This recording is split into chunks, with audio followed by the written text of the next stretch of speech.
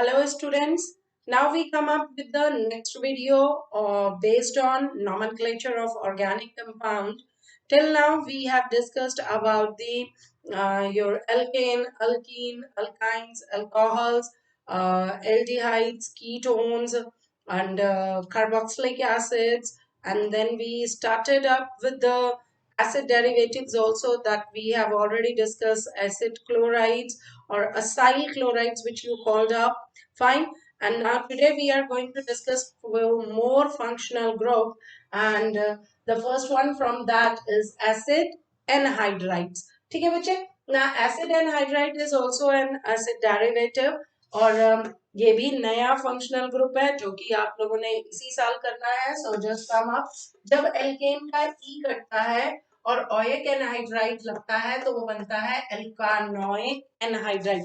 Obviously कैसे groups लगते हैं वो अभी अब मैं सिखा दूंगी आप लोगों को, एंड इट्स नॉट कंपलसरी कि हर बार वो एल्कानोइक हो जाए, बट वैसे एल्कानोइक एनहाइड्राइड कहते हैं. It's formula is RCOOCOR.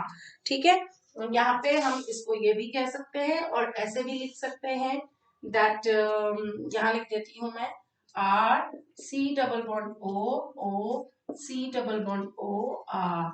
Now it may be possible that this R, ये R dash दोनों सेम हो, और इट मे बी पॉसिबल कि both these are not symmetrical.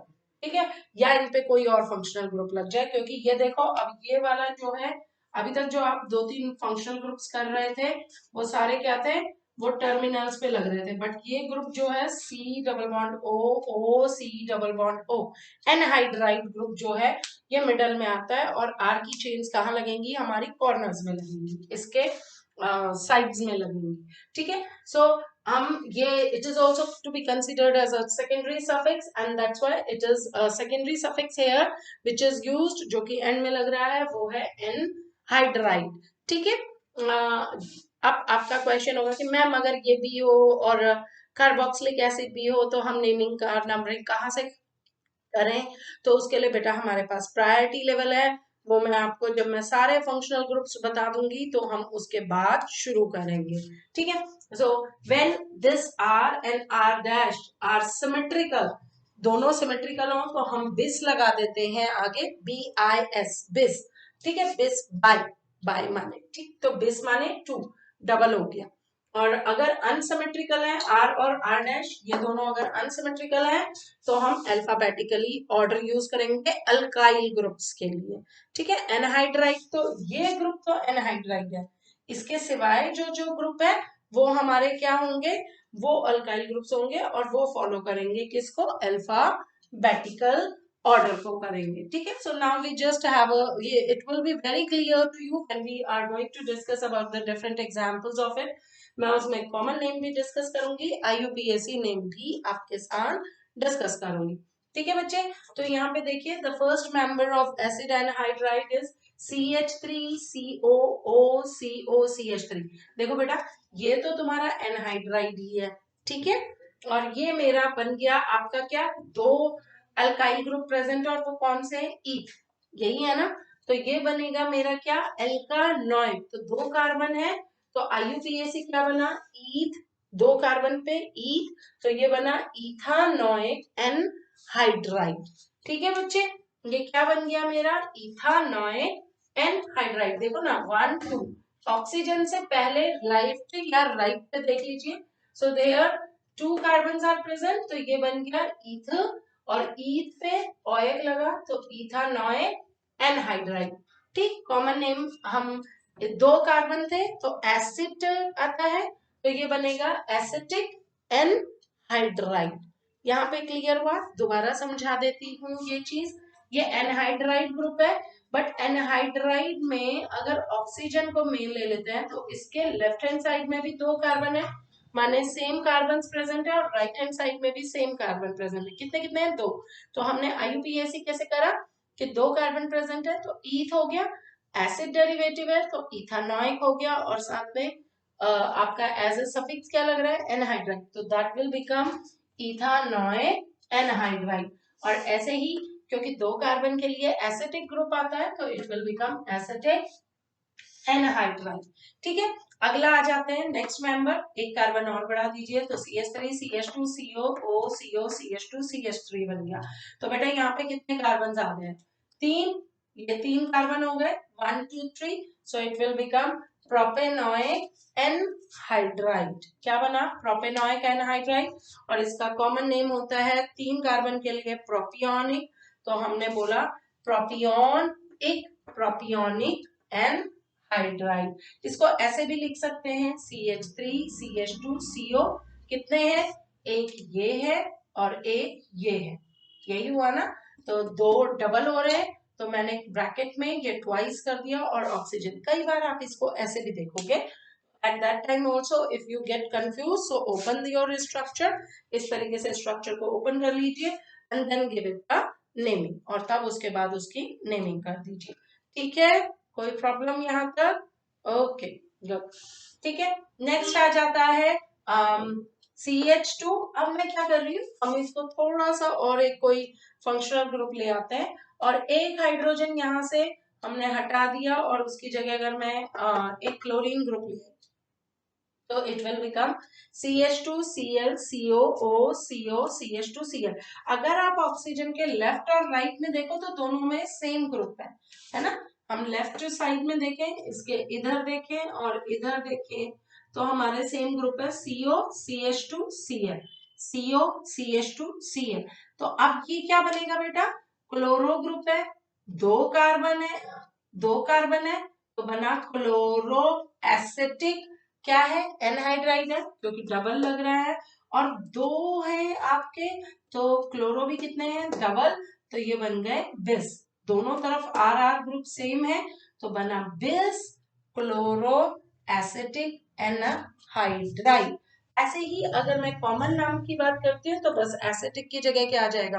Because 2 carbon are present 1 and 2, तो ethane, ethane की जगह बनाएगा क्या? इथानॉइक। ठीक है, क्या बन गया? इथानॉइक। तो ये बना बिस क्लोरो इथानॉइक एनहाइड्राइड। ठीक है, अगला करते हैं ऐसे ही एक। अब ये क्या है? अनसिमेट्रिकल आर है। देखो ऑक्सीजन के एक साइड है, हमने लिया HCO, माने एक हाइड्रोजन, माने एक ही कार्बन है, and on the another one side, दूसरी साइड राइट हैंड साइड में 2 कार्बन है 1 and 2, और एक साइड एक है, तो माने यहाँ मिथ है और यहाँ इथ है, यही हुआ मिथ इथ। ठीक, तो अब हम पहले ये डिस्कस कर लेते हैं। तो ईथ जो है वो पहले आ रहा है, जैसा मैंने कहा था अनसिमेट्रिकल होंगे तो अल्फाबेटिकल ऑर्डर में जाएंगे। कहाँ जाएंगे? अल्फाबेटिकल ऑर्डर में। तो पहले मैं लिखूंगी इथानॉइक, क्योंकि ई पहले आता है, फिर आएगा मीथानॉइक एनहाइड्राइड। बहुत इजी है, दोनों में क्या लगा देंगे? कार्बोक्सिलिक लगा देंगे, ऑइक लगा देंगे दोनों फंक्शनल ग्रुप्स के आगे, क्योंकि दोनों क्या है? अनसिमेट्रिकल है, और दोनों में ही CO ग्रुप लग रहा है, COO ग्रुप लग रहा है, COO ग्रुप लग रहा है, ये दोनों के पास है। ये ग्रुप इसके पास भी है, और ये COO इसके पास भी है ना?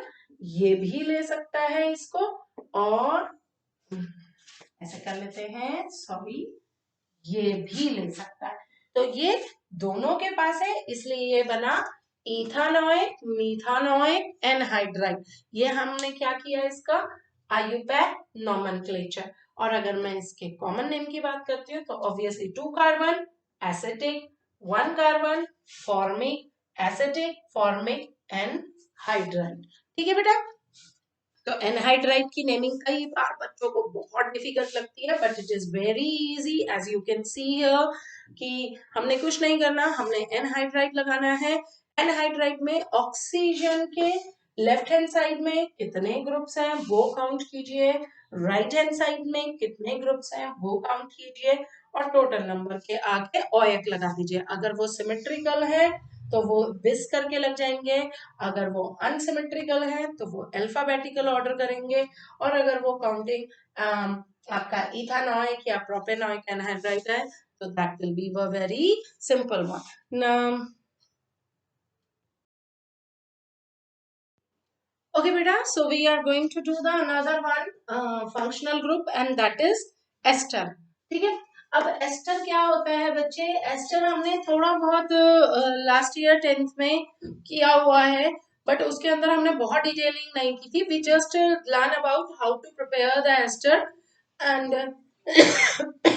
उसमें प्रिपरेशन ऑफ एस्टर में यह था कि when carboxylic acid reacts with alcohol in the presence of sulphuric acid, concentrated sulfuric acid, then it forms ester. But now this year we are going to see the functional group, it as a functional group, and how we can give the naming of these type of compounds. ठीक है, तो यहाँ पे देखिए, जब हम alkene में से ई हटा दें बच्चे, इसमें दो चीजें एड ऑन होती हैं, ध्यान से सुनिएगा.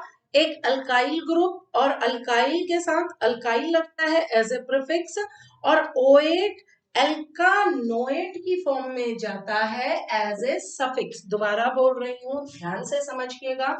Alkyl is add on as a secondary prefix, ठीक है, whereas OH alkanoate is add as a secondary suffix. तो माने एक ग्रुप आगे लगेगा. इधर देखो होता क्या है, the general formula for the ester is RC double bond OR dash.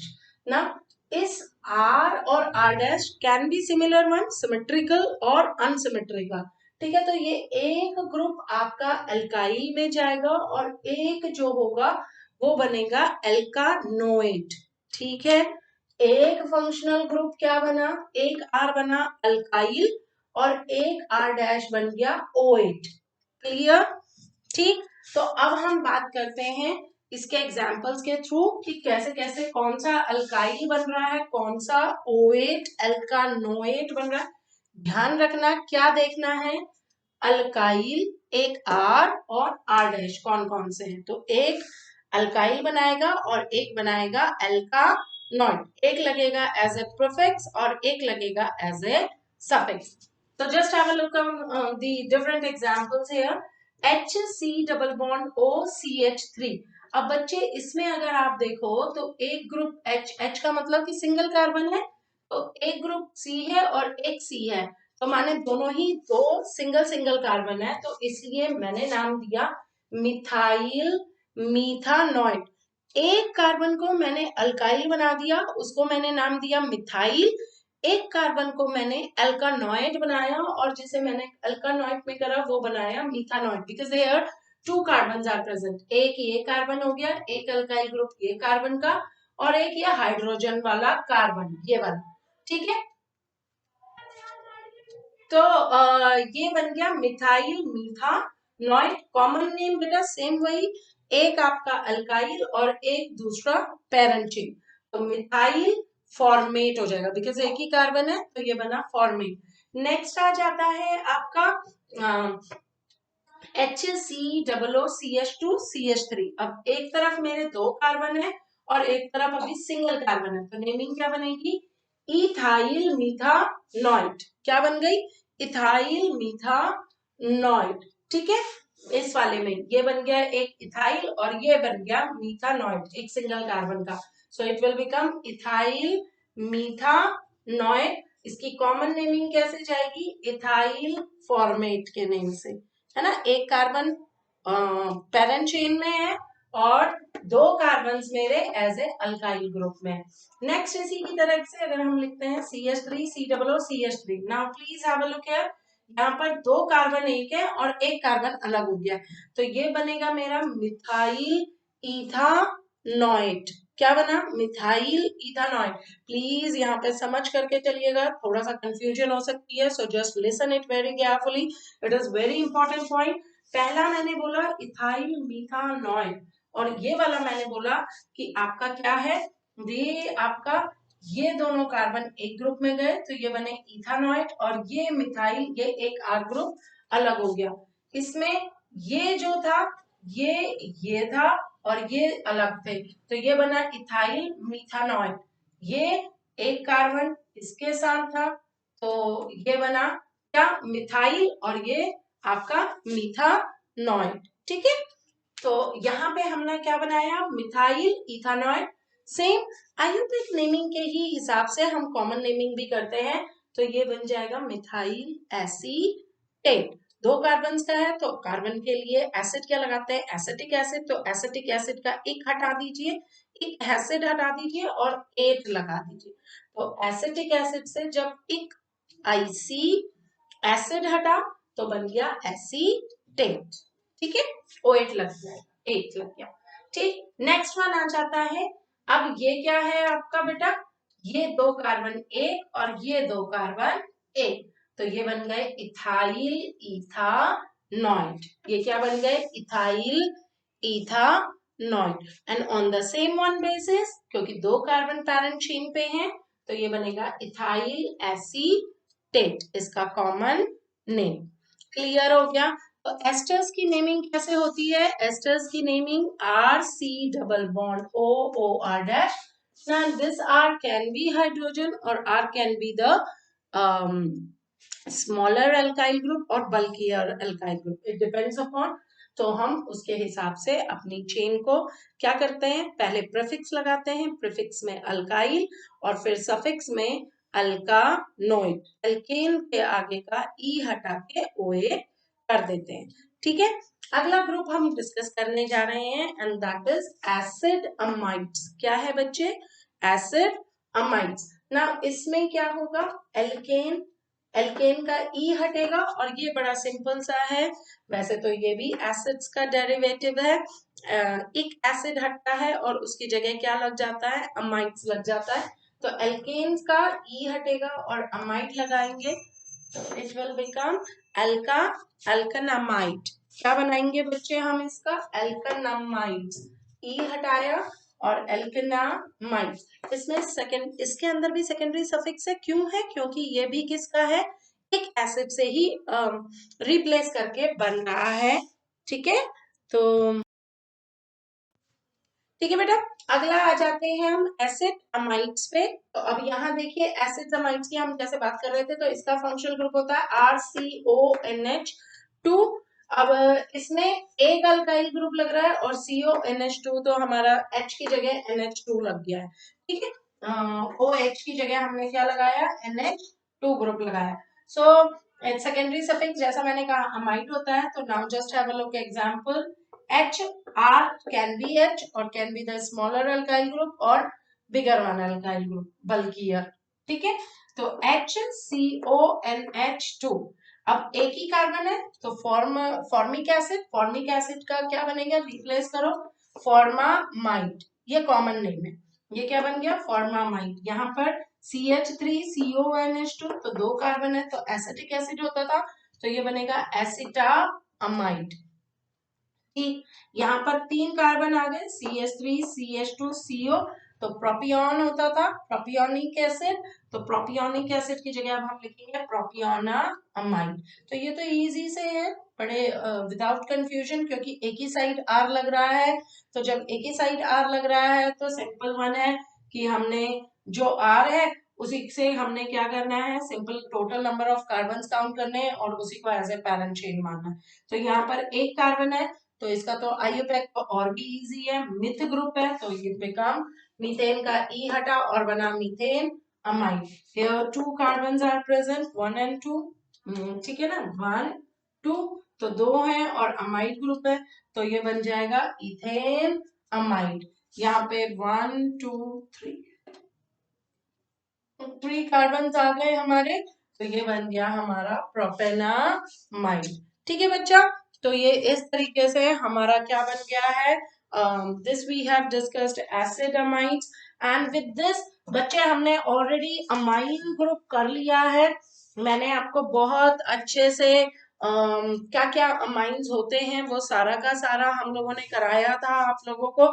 मैं अब मेरी अगर फिर भी तुम लोगों को कंफ्यूजन है तो मेरी प्रीवियस वीडियो देख लीजिएगा, मैंने अपनी फर्स्ट वीडियो में अमीन ग्रुप को बहुत अच्छे से डिस्कस किया हुआ है, in which I already discuss with you people primary secondary tertiary amines, उनके कॉमन नेम्स कब होते हैं और उनके आईयूपैक नेमिंग कब होता है। So I am not going to repeat that functional group now. Next one हम करने जा रहे हैं अब अपना, ओके बेटा, तो हम बात कर रहे थे अगले नेक्स्ट ग्रुप की एंड दैट इज नाइट्रोएल्केन। नाइट्रोएल्केन बेटा जैसे कि किसी भी एल्केन ग्रुप में ये अल्काइल ग्रुप है और इसके आगे NO2 लग गया, N double bond O, coordinate bond O। ठीक है, तो ये नाइट्रो ग्रुप होता है, ये आपने पढ़ा हुआ है। It act as a secondary prefix, ये प्रीफिक्स की तरह लगेगा और नाइट्रो लगेगा। नाइट्रो अल्केन में कॉमन नेम नहीं होते, हम इसका सिर्फ IUPAC नेम देते हैं। तो एल्केन, एल्केन की जगह हम क्या लगा देंगे, एड ऑन करेंगे एल्केन के आगे प्लस नाइट्रो। ठीक है, तो ये बन जाएगा नाइट्रो एल्केन। ओके, जैसे कि अगर मैं बात कर रही हूँ CH3NO2 की, तो ये क्या है, नाइट्रो मीथेन। एक कार्बन है तो एक कार्बन का मतलब मीथेन और उसके आगे NO2 लगाया है तो नाइट्रोमीथेन।